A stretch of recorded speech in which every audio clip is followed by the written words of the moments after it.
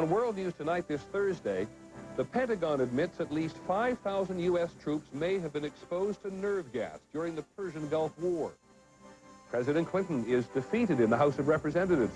The subject is late-term abortion. And how saving nickels and dimes may save your job. Solutions on the assembly line. From ABC, this is World News Tonight with Peter Jennings. Good evening. We begin tonight with accusations that once again the Pentagon is involved in a cover-up. Several months ago, the Pentagon said that 150 American troops might have been exposed to nerve gas right after the Persian Gulf War. Then in June, they raised the number to 1,000. Today, the Pentagon says that maybe 5,000 troops were exposed to the nerve gas sarin and maybe other stuff after Army engineers blew up bunkers where it was stored. And if you listen to at least one general today, maybe 25,000 were exposed. There were certainly questions today which the Pentagon is finding so difficult to answer, they didn't show up at a hearing on Capitol Hill. Here's ABC's John McCarthy. The Pentagon's announcement that still more troops may have been exposed to nerve gas during the Gulf War drew sharp criticism today on Capitol Hill.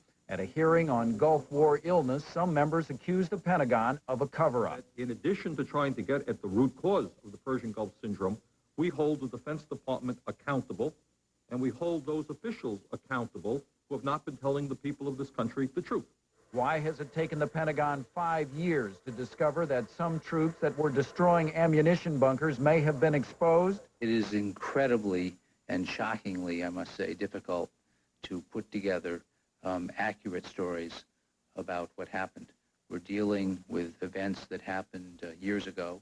General Barry McCaffrey, who is now the president's drug czar, says his entire division at the end of the Gulf War, 24,000 soldiers, was in the area of possible exposure. Brian Martin took this home video of his Army unit as it destroyed an Iraqi ammunition bunker where it turned out there were chemical weapons. He did not know it at the time. From 3 miles away, we casually moved around taking pictures, recording videos, and writing home. At no time whatsoever did we fear or have reasons to fear chemical exposure. Martin testified that clouds of debris rained down upon his unit. He has been trying to tell the Pentagon for years about his concerns that he was exposed to nerve gas. I am an ex-paratrooper who needs a cane and a wheelchair to get around. I know there are charges we have not listened in the past. We are trying to listen now. Initially, the Pentagon denied that U.S. troops had been exposed to anything beyond dust. Though that story is now rapidly changing, there are still no answers to why troops hundreds of miles apart seem to be suffering from the same crippling effects. John McCarthy, ABC News, the Pentagon. More than 100,000 Gulf War veterans have complained that something happened to them during the war that has made them ill. The question is, does the type of poison gas that we now know was released explain their various symptoms? Here's ABC's George Strait. Andrew Ribley was just a few hundred yards from the sarin gas explosion. Chronic migraine headaches, chronic fatigue, joint pain, night sweats, restless sleep are my predominant symptoms. Barry Kaplan was about 20 miles downwind from the explosion that released the nerve gas. It's real simple, sir. Can't sleep, I can't drive, can't run. And he's not the only victim in his family. His wife became ill after unpacking his clothes. Within the 3 weeks of handling the wet, soiled clothing, the 2 boys and I were diagnosed with asthma. Our daughter Taryn was also hospitalized for 6 weeks after I stored my husband's bags in her room. Nerve gas experts say many of those symptoms could be caused by sarin. It blocks the transmission of an enzyme called cholinesterase. If it does that, it means that your muscles begin to twitch. It can block the nerve stimulation of your heart and of your diaphragm, so you can stop breathing. Thousands of other vets who were never near the nerve gas explosion have complained of various unexplained symptoms, including uncontrolled convulsions, a mysterious fungus causing their fingernails to fall off, and memory loss. What we don't know is whether without acute poisoning we can get long-term health effects, and that's where our research is going to be focused in the future. The Pentagon still refuses to say that all these symptoms are related or that there is a disease called Gulf War syndrome. Nevertheless, the Veterans Administration is offering free physical examinations to the soldiers who fought in the Gulf. George Strait, ABC News, Washington. President President Clinton was campaigning in the Pacific Northwest today, far away from a growing debate within his administration over today's U.S. policy in Iraq. Mr. Clinton was trying to talk about trade and the environment, two very pressing issues in that part of the country, but he did not escape questions about Saddam Hussein. Here's ABC's Sam Donaldson. The high-stepping Clinton-Gore campaign, rolling along today in Washington State, had a monkey wrench thrown into its midst all the way from Washington, D.C., where CIA Director John Deutsch gave Congress a grim assessment of the strength of Saddam Hussein. I think that it's not possible to argue that he is not stronger today than he was 6 weeks ago. And I think that's very bad. The White House line has been that the box around Saddam had been made much tighter. So what does the president have to say now? About Deutsch. Deutsch says Saddam is better off. He told Congress. Should Deutsch look for work? The president wasn't talking, but his press secretary, Mike McCurry, was. He indicated that he has, over the last 6 weeks, strengthened his political position in the region by exploiting factional divisions between the Kurdish population. I don't know that anyone disputes that assertion. The president feels, and I believe Director Deutsch feels, that there's been a diminished military capacity. So Deutsch is not in trouble by what he said? No, he's got a responsibility to provide that kind of assessment. Well, this can't be welcome at this point in the campaign, can it? Well, this is not a question of politics. It's a question of how do we assess the geopolitical threat that Saddam Hussein poses in that region and will likely continue to pose in that region. The president has been very good about staying on message, letting nothing intrude on his bridge-building campaign theme. But word from the CIA that his Middle East span is rapidly rusting may be something he can't shake off. And even though Mr. Clinton won't talk about it, he almost certainly will have to deal with it. Sam Donaldson, ABC News, Centralia, Washington. There's another very hot issue in the news today. There's an abortion debate going on in Washington again. Also this evening, a solution from the factory floor, working smarter to save your jobs. And what equal opportunity incarceration means at one prison in Arizona. This is World News Tonight with Peter Jennings. Brought to you by Honda. See, Bob, was that your daughter on hard copy last night? Hey, Bob, did you ever find your gold card? Hey, Bob, I hear your neighbor's suing you. Bob, your computer crashed. Hi, Bob. What about your root canal? Bummer. Woo! Looks like stepped to something, Chief. Life gotten a little crazy? Try the simple sanity of an Accord sedan. From Honda.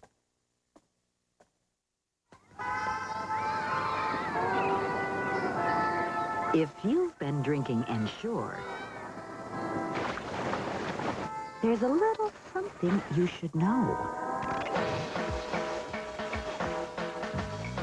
Nobody, not even Ensure, gives you more protein with less fat than Sustacal. Now, Sustacal can't add years to your life, but it might help add life to your years. The debate about abortion is hot and heavy in the land again. It is particularly intense today about a particular procedure by which a woman has an abortion after the 20th week of her pregnancy. That is certainly a late-term abortion, and those who oppose it have taken to calling it a partial birth abortion. Before we get into the politics of it, a brief description of what it is from our medical editor, Tim Johnson. There are several techniques that can be used, but there is considerable debate about which one is safest. Labor induction, where actual labor is induced, dilation and evacuation, where the fetus is first dismembered and then removed, and the one that is the subject of the congressional bill, intact dilation and evacuation. In this procedure, the patient is given an anesthetic, usually local. The cervix is dilated or stretched, and the body of the fetus is extracted feet first. However, it is usually necessary to collapse the head in order to remove the entire fetus intact through the dilated cervix. No one knows how many intact dilation and evacuations are done each year, though estimates range from several hundred to several thousand. Nor does anyone know how many are done on healthy fetuses versus those with severe birth defects. Dr. Timothy Johnson, ABC News. And without reliable statistics, those who think this procedure should be permitted tend to stress that it's done to save a mother's life or when a child is severely deformed, even without a brain. The critics point out that often it is done on a normal fetus. So now to the Congress, where the president's veto of legislation which would outlaw this procedure has been overridden. Here's ABC's Jackie Judd. The debate was emotional and graphic. The people who actually hold the scissors at the base of the skull, they're the dangerous people. Abortion opponents came armed with recent newspaper articles claiming that the procedure is often used on healthy fetuses. What kind of people have we become that this procedure is even a matter for debate? Can't we draw the line at torture, and baby torture at that? Democrats fought that image, telling story after story about women who'd had the procedure as a last resort. This is a medical procedure that is only done to save the life of the mother and to give a family the opportunity to bear children again. In frustration, Democrats charged that Republicans sat on the president's veto for 5 months and only brought it up now in an election season. You sat here at the scene of these alleged scissors murders. You sat here till election eve because you weren't concerned about these procedures. You were concerned about gaining political advantage. In the days leading up to the vote, abortion opponents did stage an aggressive campaign on TV and in full-page newspaper ads featuring prominent names like former Surgeon General C. Everett Koop, and millions of postcards flooded into congressmen's offices. But the Senate is not expected to have enough votes to override Mr. Clinton's veto. The most the opposition can hope for is that they've put the issue on the political radar. Jackie Judd, ABC News, Capitol Hill. Let's go back to the presidential campaign. Senator Dole spent today in Nevada and Colorado. There was obviously a lot of interest in how he was feeling after the fall. And he got off yet another one-liner about it today. First, I want to say don't be afraid of standing close to the stage. I'm not going to dive off today. Here is one other thing that really struck us about the railing that collapsed because it wasn't nailed down. One of Dole's aides told our reporter Josh Gerstein that the local Secret Service detail told them not to nail it down because an intruder could grab it and pull himself up on the stage. Who else would have thought of that? On Capitol Hill today, House and Senate negotiators agreed on legislation that will require insurance companies to pay for at least 48 hours in the hospital for new mothers. The Clinton administration had pushed for the legislation, saying that a growing number of health plans recently have been refusing to pay for more than 24. That is at least on a maternity stay and except in the case of an emergency. Here's an important business story today. IBM, with more than 100,000 workers in the United States, has become the largest company in the nation to extend health and other benefits to the domestic partners of its gay and lesbian employees. On Wall Street today, the Dow Jones Industrials lost 9.5 points to close at 58.67. On the NASDAQ market, stocks gained about 6 points. When we come back, listening to the workers on the assembly line. Their way to solve problems is helping them save their jobs.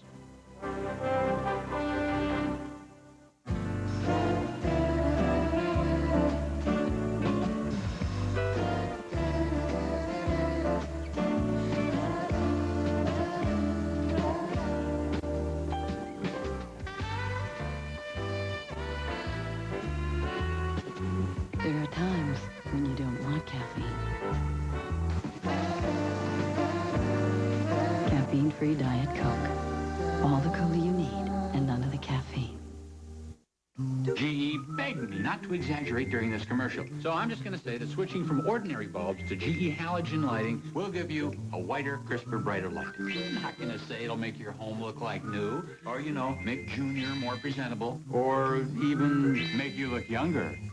Hey, all I'm saying is, you ought to try them. I'm not promising any miracles here, folks, but with the revolutionary GE halogen effect, you'll definitely see a difference. Seen the big news? The American Heart Association symbol is now carried by Promise Ultra Fat-Free Margarine. So creamy, so delicious. One taste, and you'll love it. Promise Ultra Fat-Free. Get heart smart. Let's go, guys. Now that Sprint is the official telecommunications provider for the NFL, the teams can do business in a whole new way. Now here's the play. Toss 38 on 2. Right, Coach. They can use Sprint broadcast facts. Hey, guys. Data networking. I just cracked their defense. Get out of the way. Can't see. And video conferencing. Go, go, go! Sprint helps the whole NFL win. Let us help your business do more business. Call Sprint Business. Introducing new improved Super Polygrip. They've really improved the way that it holds. New Super Polygrip has up to 30% more holding power. It's new, it's improved, and it's the ultimate. Perhaps I'll start eating more apples. They were trapped on top of the world. Who's dead? Who's alive? Where are they? Now, the amazing story you won't see anywhere else. I wasn't going to give up. Tragedy and triumph on Everest. Forrest Sawyer, Turning Point, tonight. We're going to find today's solution in the workplace, and we thought it was particularly relevant because so many Americans fear that their employer will find some other way, often somewhere else, to make their particular product for less money, and there's reason to worry. Between automation and companies shifting work overseas, 1 million manufacturing jobs have disappeared in the last 7 years. This is not the entire solution by any means. But what works in one place, here's ABC's Bob Jamieson. The workers themselves are Ford's newest problem solvers. We were able to save $4. We've saved $1.06. We are saving $1.50 per vehicle. They are being asked to find a way, any way they can, to reduce the cost of building the Taurus. Ford's goal, save money. The solution, hold down the sticker price, raise profits, and involve everyone in the process. Some of our best ideas in reference to cost savings and how to do a job come from our operators.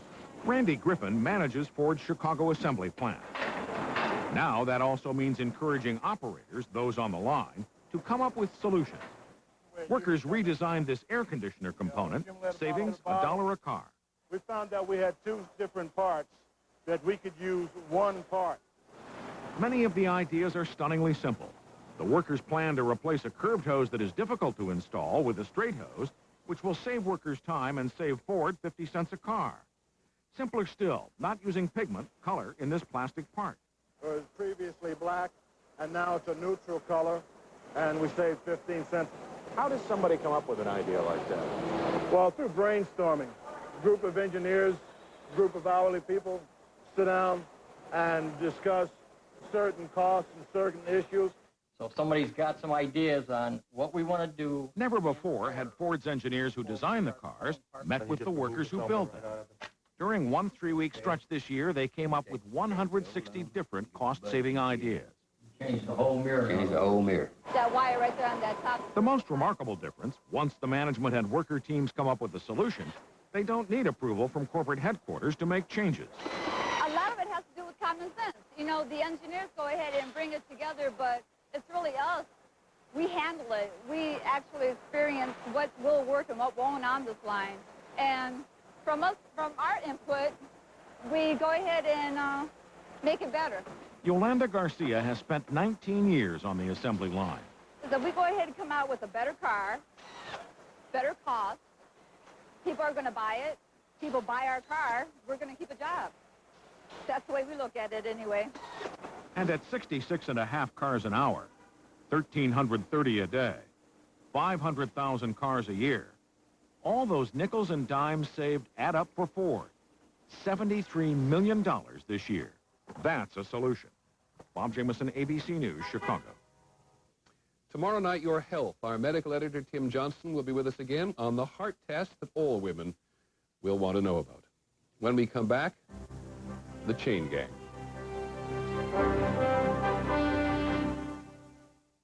Nobody does it like you, the way that you do.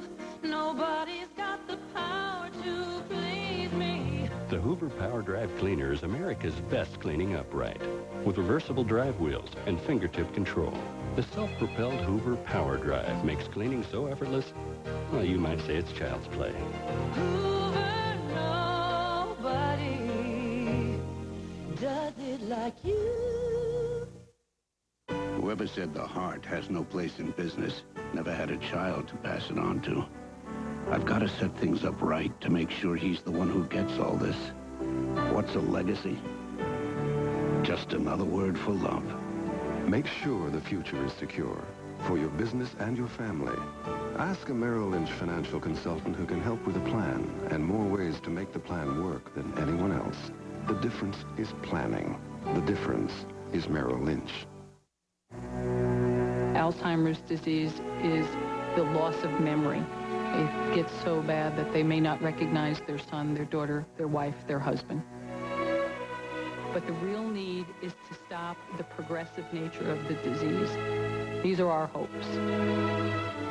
It's not a cure, but if a woman can recognize her grandson or a husband can go for a walk with his wife, I think we've made real progress. Bring it on. Visit Carpet One now, and you'll be amazed by how well we know carpet. DuPont Stain Master. We have to. We're today's largest carpet retailer with over 700 locations. Scarlets with a peanut pattern. And Carpet One has guaranteed low prices and total customer satisfaction, plus the widest selection of DuPont Stain Master, today's best-selling carpet. So call 1-800-CARPET-1 and visit your local Carpet One now. You'll be amazed. In Phoenix, Arizona today, the tough-talking sheriff, who you've undoubtedly heard before brag that he has a unique approach to fighting crime, is now going to put women prisoners on the chain gang. ABC's Brian Rooney is there. The women's chain gang was the idea of a sheriff who likes to call attention to himself for being tough on criminals. So by the time the prisoners stepped off the bus, reporters from all over the world were lined up for interviews. There were prison reform protesters as well. This is a publicity stunt. 3 chains of 5 women each went to work pulling weeds and clearing the parkway. It's hard, especially when they're all chained up. But they are volunteers. Working the chain gang gets them out of tiny lockup cells at the county jail, where they're being held for breaking jail rules. You don't look upon going out to the chain gang as humiliating. Yeah, but so being in jail is humiliating too. Chain gangs had been reintroduced in Florida and Alabama. But in Alabama, state officials decided they were dangerous and inefficient for getting work done. After settling a lawsuit, they no longer chain prisoners to each other. But that hasn't stopped the sheriff, who became famous for housing prisoners in tents and taking away their coffee. Chain gangs are his new way to discipline prisoners. They volunteer. But look at the alternative for it. Well, they don't have to do it. They can stay in the cell block. It's an exploitation. It says, I'm going to use this person, this human being, as a sign to the community that I am tough on crime. But the voters here love Joe Arpaio for how he treats criminals. He's running for re-election unopposed. Hey, are you guys going to vote for me? Brian Rooney, ABC News, Phoenix. Overseas, on the Korean Peninsula today, 7 North Koreans have been shot dead by South Korean soldiers after a massive manhunt. This strange case of espionage began yesterday when a North Korean submarine carrying about 20 sailors ran aground off the coast of South Korea. At least 1 North Korean is still at large. In Moscow today, Boris Yeltsin, the president, signed a decree that will give his prime minister control of Russia's nuclear arsenal during Mr. Yeltsin's upcoming heart operation. And in space today, Shannon Lucid, who's up there with the Russians, has lots of company. This was a little bit of a scene last night as the space shuttle Atlantis linked up with the Russian space station Mir. They will stay hooked up together until Monday, and then the shuttle will return home on Thursday. Ms. Lucid has been, Dr. Lucid actually, has been on Mir for a record-setting nearly 6 months. And Good Morning America is going to have an exclusive interview with her tomorrow. In a moment, the lost children of war and a remarkable effort to rejoin them with their families. Hey, Jimmy, how's the leg? Leg's just fine. Doesn't look too good. No pain at all. The way you banged it up the other day? No problem. Doctor gave me Tylenol.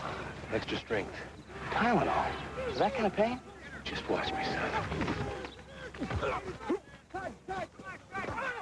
For the pain of traumatic injuries, Tylenol is recommended the most by doctors. Hey, Brad. How's my leg? Tylenol, the pain reliever hospitals use most. While other real estate companies make lots of noise about themselves, at Coldwell Banker, we're busy taking care of you. From supporting your needs to expanding our services, you've been our sole focus for over 90 years. No wonder more than 9 out of 10 of our customers would recommend us to a friend. So for real support, turn to Coldwell Banker. For over 90 years, support you can count on. This is Ford Escort. Did you know that it's new? If you knew that it's new, did you know the wagon's new too? The engine is new, the suspension improved. A safety cell protects but stays out of view. It's quieter inside to shush out the out. But for those who simply must twist and shout, there's premium speakers on a new stereo. So you can get every note and get it to go. This Escort is great. This Escort is nice. This Escort has a very sensible price. So why not check out the newest Escort this season? We've given you every rhyme and rhymed every reason. I'm Steve Dunn. More local news at 6:30. The race for the White House rolls down the highway and into Portland tonight. Find out what you can expect from Clinton's visit. And there's a way to save on long distance. Look no further than a home computer. On Channel 2 News at 6:30.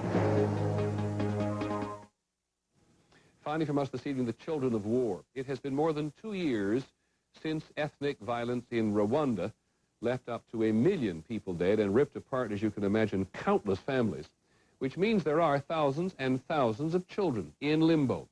At New York's International Center of Photography this week, ABC's Beth Nissen has come upon an effort to find their parents.